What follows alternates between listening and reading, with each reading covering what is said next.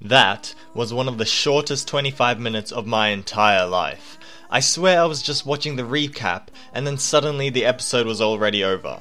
Also, I just noticed this, but Satou didn't even make an appearance this whole episode, and they've been making a point of showing his team a little bit every time.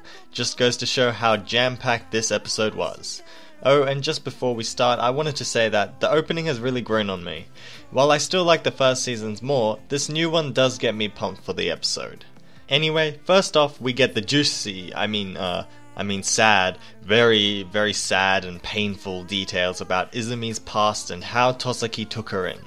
This was hinted at back in the first OVA, so it's nice to finally know the details of what happened. Sure, it's your typical sob story with the abusive stepdad and the dead parents and the redemption of the mum, but I think it was necessary since now Izumi doesn't really have any ties with her old self and can start her new life completely fresh.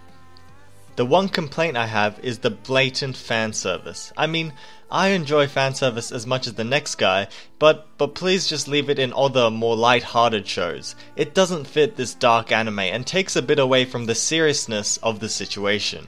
Just look at this. The camera angle is just so obviously there for the cleavage. No doubt about it. There's also no reason she had to be half naked. She could have just been in some bloody clothes and it would have had the same effect. But anyway, the whole point of that flashback was to give a valid reason as to why Izumi is so determined to save Tosaki's life, to repay him for saving hers. You see, at the end of last episode, I was really worried that Izumi would be stupid and choose to chase after Tosaki rather than focus on the more important matter with Satou, and that's exactly what happened. But the backstory makes it a little bit less stupid. I still would have rather her at least give the information about the minister's meeting time to everyone else, because now when they find out she was hiding it from them, I feel like it's not gonna be very pretty.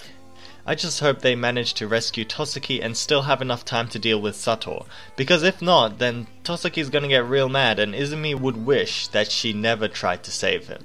I can just imagine Tosaki saying, "Oh Shimamura-kun, you're my hero. You put my life before the entire world, you fucking idiot. What were you thinking?"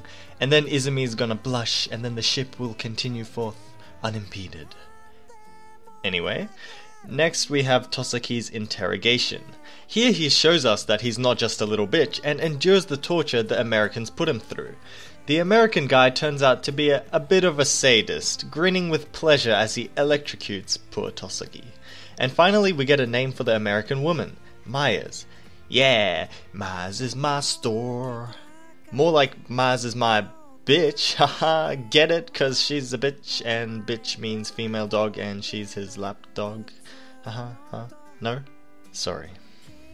Tosaki's comment also adds more fuel to the idea that Myers is eventually going to betray the American guy, who is still unnamed as far as I know. Moving on then, the rescue was amazing. We finally see all the training Nagai went through come to good use, and everyone is actually looking really professional. Well, except Nakano, who seriously can't do anything right. Like, I get that he's meant to be the joke character, but surely no one can be that stupid, right?